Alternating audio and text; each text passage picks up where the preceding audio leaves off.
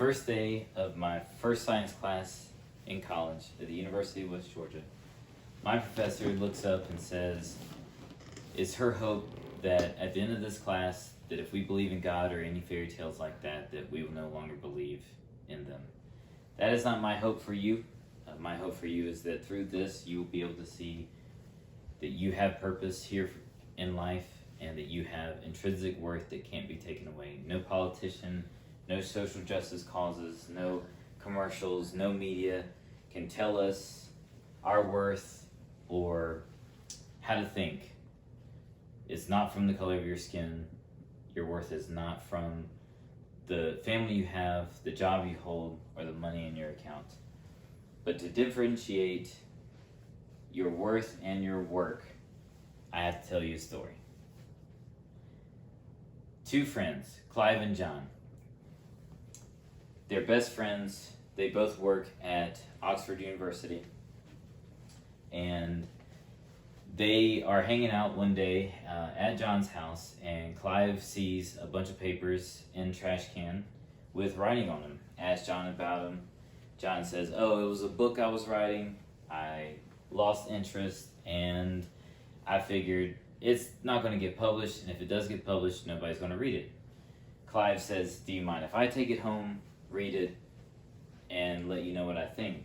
John goes, yep, no problem, go ahead.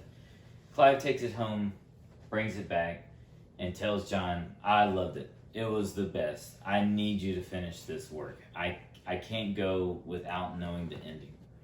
So feeling invigorated, John goes back to writing, and a couple months later he finishes the book, and much to Clive's elation. That book that he wrote would be the first book in a series called The Lord of the Rings. His full name is J.R.R. Tolkien, and he would go on to write many other books and stories that would top the charts and stay there for decades to come. So Clive helped John see his worth through his work that he wrote. But the story doesn't end there. Because you see, John and Clive were still friends, but Clive was an atheist, and John was a Christian. And this sparked a lot of conversations about God and Jesus and being a Christian. So, in one of Clive's biographies that were written about him, called The Reluctant Convert, he is stated to saying that everything real in his life to Clive felt meaningless and grim. And through his conversations with other Christian professors at Oxford, including John, including Tolkien, it started to break down his excuses and why he wasn't living a life of faith or a Christian. So after one of these conversations, he took a taxi ride and broke down, prayed, and asked Christ into his heart. Several years later, Clive would go on to write his own books. And his first book that he wrote was one that was the one in a popular series called The Chronicles of Narnia. And this was the first one, The Lion, the Witch, and the Wardrobe. And he would go on, and his name is C.S. Lewis. And he would go on to write many other books, including the Screwtape Letters and Mere Christianity, that topped the charts and stayed there for decades to come. In one of the articles written about him in 2002 at cslewisinstitute.org, after his conversion, Lewis felt that he had been taken out of myself to love God and love others. So the real story of Lewis's conversion is not about the dramatic changes in the man's career, but about the dramatic changes in the man himself. So at the end of the day, if it wasn't for Lewis, we wouldn't have The Lord of the Rings. And if it wasn't for Tolkien, we wouldn't have The Chronicles of Narnia. Tolkien helped Lewis see his intrinsic worth, one that can't be bought and can't be taken away. Lewis helped Tolkien see his worth through his work as a writer and an artist. One from the love of God won through his work as a valued writer. One of the atheists that if C.S. Lewis was alive today that he would follow on Twitter would be Voltaire. He read a lot of Voltaire stuff and owned a lot of his books. Voltaire is a famed atheist and historian, and in the 1700s he was quoted in saying that 100 years from now the Bible will be a forgotten book. And to this day, the Bible is the highest rated and best-selling book of all time. Richard Dawkins is also a famed atheist, and he wrote a book called The God Delusion. In The God Delusion, it is his firm belief that our origin is from a group of rocks. They melted themselves together.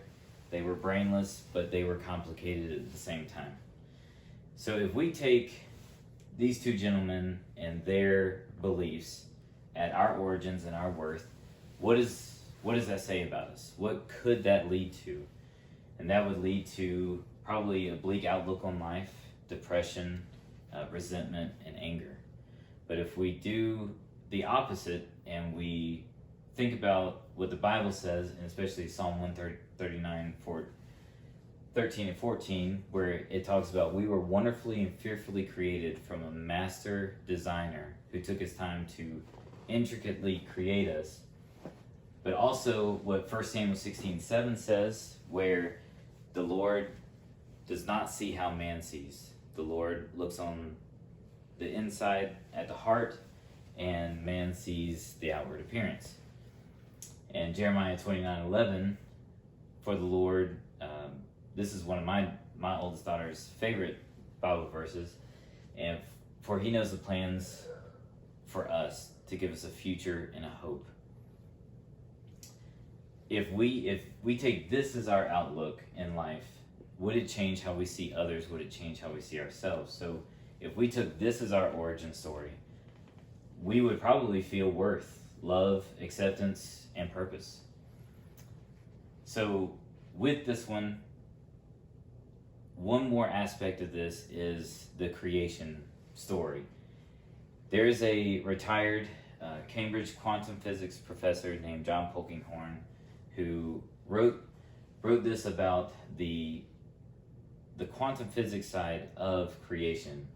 And he talks about, with the exactitude and precision, the margin of error would be so low, the precision it would take to make our universe and creation how it is today, we would have to take a bow and arrow and take aim at a 1 square inch object 20 billion light years away on the other end of the universe and hitting it bullseye.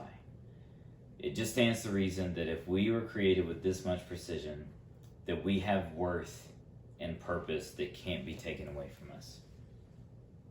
So that goes to say, where do you get your worth from?